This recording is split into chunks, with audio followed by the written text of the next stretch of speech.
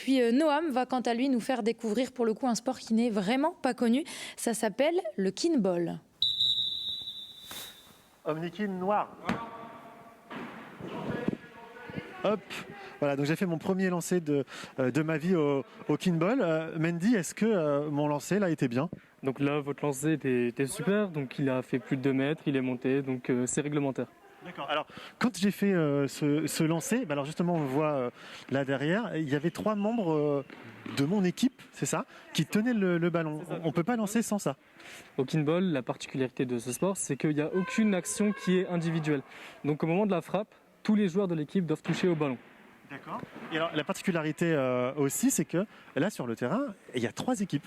C'est ça aussi la spécificité du sport, c'est que c'est le seul sport collectif au monde qui se joue à 3 équipes. Donc ça a été pensé de façon à ce que tous les jeunes puissent rester mobilisés jusqu'au bout du match. Donc par exemple au football, lorsqu'une équipe se prend 5, 6, 7-0, c'est facile de décrocher. Au kinball, comme 3 équipes sont présentes et que des points sont distribués à chaque fois, tout le groupe est mobilisé tout au long de la partie. Alors, justement, comment je marque un point avec mon équipe? Là par exemple, j'ai fait le lancer. Comment je le marque ce point? Donc tout comme au volley, pour marquer un point, il faut que le ballon touche le sol. Donc une fois que la frappe est faite, que l'équipe aura été appelée en défense, si le ballon touche par terre, je marque un point. Et l'équipe qui n'a pas été appelée marquera un point également.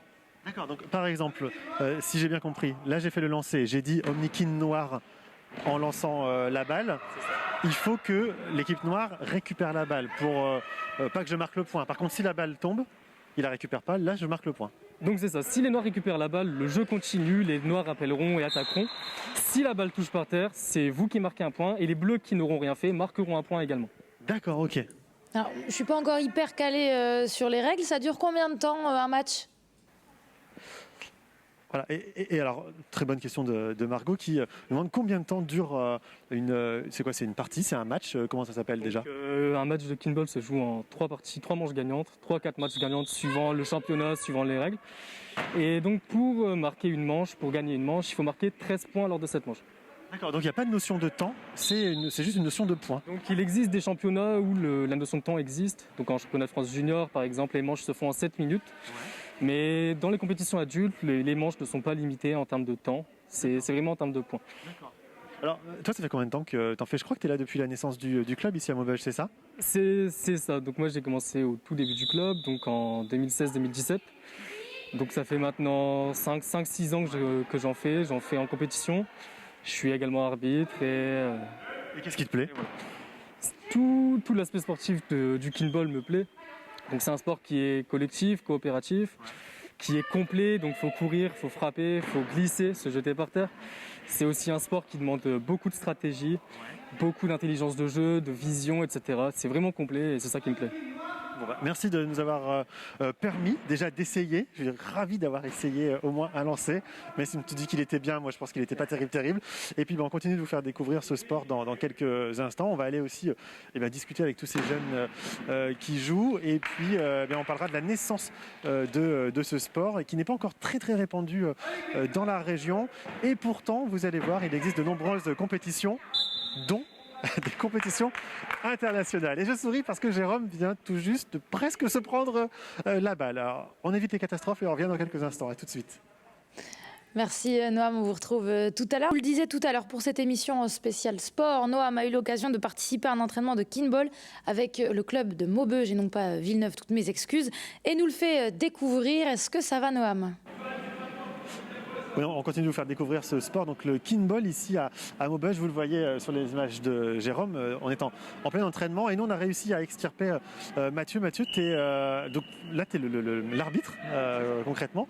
Et il y a toute une discipline autour de cet arbitre, notamment on doit y faire attention, on doit bien lui parler et n'importe qui ne peut pas lui parler, c'est ça ? C'est ça, c'est inscrit directement dans le règlement. Donc il y a des règles sur le respect. Donc pareil que ce soit joueur ou arbitre, on doit avoir un respect envers l'autre et lui parler poliment. Par exemple, au niveau de l'arbitre, si la décision de l'arbitre veut être contestée par une équipe, il n'y a que le capitaine ou le coach qui peut aller les voir et contester en posant une question. Donc qu'est-ce qui se passe si le ballon est un petit peu à l'extérieur du terrain, mais que le joueur touche quand même le terrain. Ça veut dire que je suis joueur, je vois qu'il y a une faute par exemple, j'ai pas le droit de dire à l'arbitre non mais là il y a une faute, ça se voit, non? C'est ça, on doit poser une question sur le règlement. Et moi en tant que joueur j'ai pas le droit, ce n'est que le capitaine et le coach. C'est ça. Alors, je rebondis sur cette histoire de question, hein, Noam. Du coup, si un joueur ne pose pas la question à l'arbitre, ou s'il lui parle mal, en tout cas pas correctement, qu'est-ce qui se passe? Et alors, très bonne question de Margot, il se passe quoi si un joueur ou même le capitaine de l'équipe ne pose pas la question à l'arbitre et lui parle comme ça, ou alors lui parle mal, il se passe quoi? Ça dépend. Si c'est pas une question mais que ça reste poli, ça peut être autorisé par l'arbitre, donc il peut continuer à répondre à la question. Si c'est pas poli, soit il passe outre la question et il continue le match, soit si c'est vraiment vulgaire par une insulte ou un geste, ça peut être un carton pour l'équipe et l'équipe soit mise en dehors du concours. Enfin, du tournoi. Donc ça, faut l'éviter, j'imagine. On rappelle rapidement les règles de Kinball. Donc, il y a 3 équipes de 4 personnes sur le terrain. Et l'idée, c'est de lancer la balle et de marquer des points. Mais à quel moment on marque le point concrètement? Comment ça se passe? Rappelle-nous. Alors, il faut qu'une équipe attaque, donc qu'il soit 4 en même temps sur le terrain, comme vous l'avez dit. C'est ce qu'on vient de voir là, d'ailleurs. Il vient d'attaquer en lançant la balle. C'est ça. Donc, il en faut 3 qui touchent le ballon et un frappeur. Pour marquer un point, il faut que la balle soit ascendante à un moment donné. Si elle reste droite ou qu'elle descend directement en touchant le sol, c'est une faute. D'accord. Donc il faut qu'elle soit ascendante à un moment donné et que l'équipe adverse ne la rattrape pas. D'accord. Donc ça veut dire que là concrètement, la balle vient d'être lancée sur les noirs. Il faut qu'un membre de l'équipe noire rattrape la balle, retourne au centre, les 3 joueurs se mettent à terre pour tenir la balle et paf, on relance un coup. C'est ça. Alors ils sont Bien compris en fait. C'est ça. Et ils sont juste pas obligés de revenir au centre. C'est une stratégie pour avoir justement plus de territoire pour pouvoir tirer. D'accord, ok. Et alors, il y a aussi, on parlait de la discipline avec l'arbitre, mais j'ai cru comprendre aussi qu'il y avait cette discipline entre joueurs. Il faut respecter l'autre et ça passe aussi par la tenue. C'est ce que tu me disais tout à l'heure. On doit s'habiller de façon non vulgaire, avec pas de signes qui discriminent, c'est ça? C'est pourquoi? C'est ça, c'est tout simplement inscrit aussi dans le règlement. On doit avoir le respect de l'autre, que ce soit une personne de son équipe ou pas. Si on fait un geste, que ce soit... il a loupé la balle, on le regarde, on lui fait comprendre qu'il a mal joué. Et l'arbitre peut prendre une décision sur l'équipe et mettre un carton par exemple. Finalement, j'ai pas le droit de pas être content. En tout cas, je peux ne pas être content, mais je le montre pas. C'est ça, c'est ce qu'on dit dans le Kinball. Le joueur pense à jouer, l'arbitre pense à arbitrer. D'accord. Bon, merci beaucoup Mathieu de nous avoir expliqué tout ça. On va te laisser retourner arbitrer le match évidemment et puis on se retrouve dans quelques instants pour continuer à vous faire découvrir le Kinball ici à Maubeuge. À tout de suite. À tout à l'heure, Noam. Merci. Effectivement, on vous retrouve tout à l'heure pour la suite de l'entraînement. Retour à Maubeuge, où Noam assiste à un entraînement de Kinball, où il nous fait découvrir ce sport insolite. Oui, on continue de vous faire découvrir ce sport, le Kinball, ici à Maubeuge, avec Fabrice. Fabrice, bonjour. Comment est né ce sport ici, le Kinball à Maubeuge? Parce que le Kinball, c'est pas hyper répandu. Alors, comment c'est arrivé à Maubeuge? Alors nous, le Kinball, on ne connaissait pas le mot ni le sport il y a 6 ans. Et donc en 2015, dans le cadre d'un atelier scolaire, dans le cadre du Collège Coutel de Maubeuge, en travaillant sur les métiers du sport, on a découvert cette activité tout à fait par hasard, qui a passionné les élèves. On a eu l'occasion d'aller voir la finale de la Coupe du Monde en 2015 à Madrid avec ce groupe d'élèves avec qui on avait travaillé toute l'année. Et ils ont décidé de continuer. Donc en fait, ils ont souhaité créer leur club. Donc nous les avons accompagnés. Donc en quelque sorte, c'est né d'une initiative citoyenne d'élèves de collège avec leurs parents.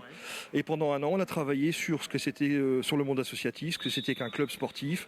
On a défini les enjeux, ils ont écrit les statuts, ils ont défini la politique sportive et éducative du club et ils continuent à s'investir. Donc on a obtenu la reconnaissance éducation populaire grâce à eux, puisque grâce à leur investissement, parce qu'au fur et à mesure des années, quand ils atteignent l'âge de 16 ans, ils intègrent le conseil d'administration du club.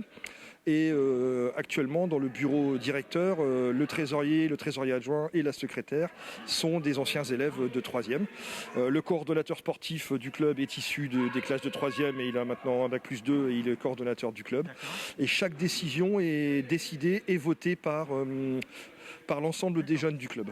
En fait, il y a une vraie notion citoyenne, il y a une notion voilà, d'éducation, vous le disiez, au-delà des notions sportives. Qu'est-ce que ça leur apporte concrètement à ces jeunes qui participent? Parce qu'on l'a vu tout à l'heure avec Mendy et Mathieu, il y a un vrai esprit d'équipe autour de ce sport. Alors qu'est-ce que ça leur apporte? Alors c'est lié à la nature du sport, qui est un sport coopératif, qui nous vient du Canada, qui a été créé pour amener les jeunes à coopérer, ce qui est le cas. Donc ça leur apporte déjà cet esprit d'équipe. Pour beaucoup, c'est un sport où ils se retrouvent alors qu'ils ont testé d'autres sports dans lesquels ils ne se sont pas retrouvés. Même si les valeurs des autres sports sont tout aussi respectables et sont les mêmes que les nôtres. Simplement, nous, le respect et le fair play sont inscrits dans le règlement. Ça fait gagner ou perdre des points. La confiance, puisque c'est la performance d'équipe qui prime sur la performance individuelle. Voilà, ça peut être dangereux. On n'est pas à l'abri d'avoir une balle dans et donc, on ne peut pas se cacher dans ce sport, puisque les 4 joueurs doivent toujours être en contact avec ce ballon. Donc, en fait, ça leur apporte confiance en eux. Ça leur apporte aussi une reconnaissance en termes d'image, parce que chacun est important dans l'équipe. Et le fait d'être associé aux décisions, de mener les décisions du club et de s'investir, ça leur donne aussi en responsabilité. Personne ne reste sur la touche, en fait tout le monde participe, tout le monde joue en même temps. C'est ça qui est intéressant à montrer. Alors, Noam, je me permets de vous interrompre, mais on a beaucoup parlé de JO aujourd'hui. Alors, le kinball n'est pas encore au JO, mais j'imagine qu'il y a des compétitions régionales, nationales, peut-être même internationales. Oui. Est-ce qu'il existe des compétitions, que ce soit au niveau régional, national ou même international? Alors, tout à fait. Tous les échelons sont représentés. Donc en junior, il y a un championnat de France auquel nous participons. Alors on ne peut pas parler d'échelon régional parce que là on est carrément à l'échelon national et il n'y a qu'un échelon national. Et nous, tout se passe en Pays de Loire et en Bretagne pour la majeure partie des compétitions. Et ensuite en adulte, on a des compétitions hommes et femmes au niveau national et régional. On a une région sud, est et ouest et un niveau national en D1, D2. Et on a des compétitions internationales avec des Coupes d'Europe et des Coupes du Monde. La dernière Coupe du Monde, d'ailleurs, s'est tenue près d'Angers, au Pont de Cé, chez nous, en 2019, si je ne me trompe pas, avec un beau succès populaire. Dernière question très rapide. On peut commencer à jouer à partir de quel âge? Alors, le kinball est praticable à partir de 8 ans. Chez nous, on part plus sur l'âge de 10 ans pour être sûr de bien maîtriser, parce que ça peut être aussi un sport dangereux et la taille du ballon, mais officiellement à partir de 8 ans et juste il n'y a pas d'âge. Donc tout le monde peut participer et bienvenue dans notre sport. Super, merci beaucoup Fabrice, voilà, puis Margot. On a déjà essayé ensemble le crossfit, pourquoi pas maintenant essayer le kinball. Je vous attends ici à Maubeuge. Parfait, c'est bien noté, Noam, on trouvera ça à un moment dans l'agenda pour aller tester les kinball. Merci en tout cas pour cette découverte et merci au club de Maubeuge de nous avoir ouvert ses portes.